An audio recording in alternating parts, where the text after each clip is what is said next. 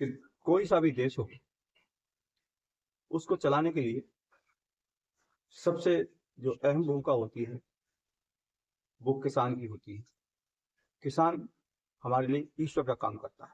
किसान हमारा भगवान है, किसान हमारा देवता है।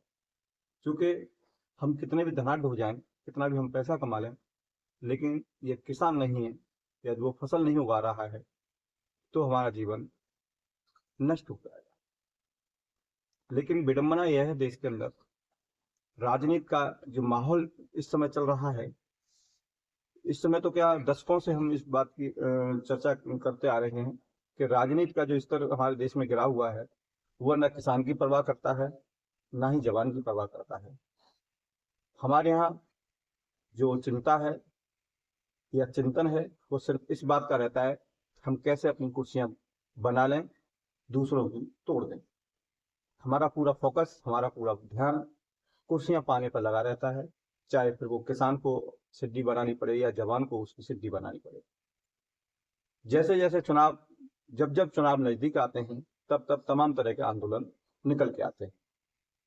अब लगभग लोकसभा चुनाव की डुगडुगी बज चुकी है और हम देख रहे हैं कि अब किसानों का आंदोलन शुरू हुआ। तो किसानों के जो मसीहा कहे जाते हैं, मसीहा कहना उनके लिए ठीक नहीं है, यहाँ तक वो किसानों के दलाल हैं, जो कि चुनाव के समय पर उनको किसानों की याद आती है, किसानों के आंदोलन की याद आती है, किसानों की जो पीड़ा है उनकी याद आती है। और जैसे ही चुनाव शांत होता है, उसके बाद में ये 5 साल के लिए, 4 साल के लिए बिल्कुल बर्फ में चले जाते हैं। ये आरोप तो नहीं है, लेकिन सच्चाई ये है कि आंदोलन इसलिए किए जाते हैं, चुनावी समय में हम पार्टियों पर अपना प्रेशर बनाए, वहां से धन उगाही हो, हम फिर ऐशो आराम की जिंदगी जिए और किसान फिर से उसी फटे हाल में अपना जीवन बिताए। तो इस तरह के जो मखौल देश में हम किसान के साथ करते हैं, अपने देवता के साथ करते हैं, अपने भगवान के साथ करते हैं, वो हमारे लिए पूरे देश के लिए शर्म की बात है। हमें इस पर कहीं ना कहीं रोक लगानी चाहिए और इस चीज को समझना चाहिए कि किसान कोई यूज करने की चीज नहीं है। किसान हमारे प्राणों की रक्षा करने वाला वह देवता है जिससे पूरी सृष्टि चल रही है।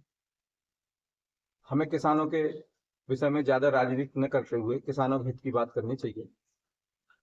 किसान पहले जैसा ही पीड़ित है, समय पर उसका भुगतान नहीं होता, यदि कहीं ओले बारिश होती है, तूफान आता है, तो जो फसलें नष्ट होती हैं उसमें भी उनका प्रॉपर हम मुआवजा नहीं दे पाते हैं।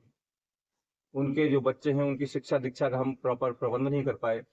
आज हम गाँव में चले जाएं तो गाँव का जो किसान है उनके बच्चे आज भी जो प्राइमरी स्कूल्स हैं उसमें पंजीरी खा रहे होते हैं, और जिनकी जो चिंता कर रहे हैं दलालों के रूप में, उनके बच्चे विदेशों में पढ़ रहे होते हैं। तो इस तरह की जो, हम तो इसको कुकृत कहेंगे, ये राजनीति नहीं है, कुकृत है। उनकी चिंता नहीं है, उनके कंधों पर चढ़ करके ये अपनी कुर्सियां पकड़ लेते हैं, उस पर बैठते हैं और 5 साल तक उस कुर्सी से मिलने वाली मलाई को चाटते रहते हैं। आज तक हम इस विषय पर इतनी ही चर्चा करेंगे, फिर से हम किसानों के मुद्दे को लेकर के कहीं ना कहीं आपके सामने फिर से मुखातिब होंगे। तब तक के लिए नमस्कार। आप देखते रहिए भारत न्यूज़ 24।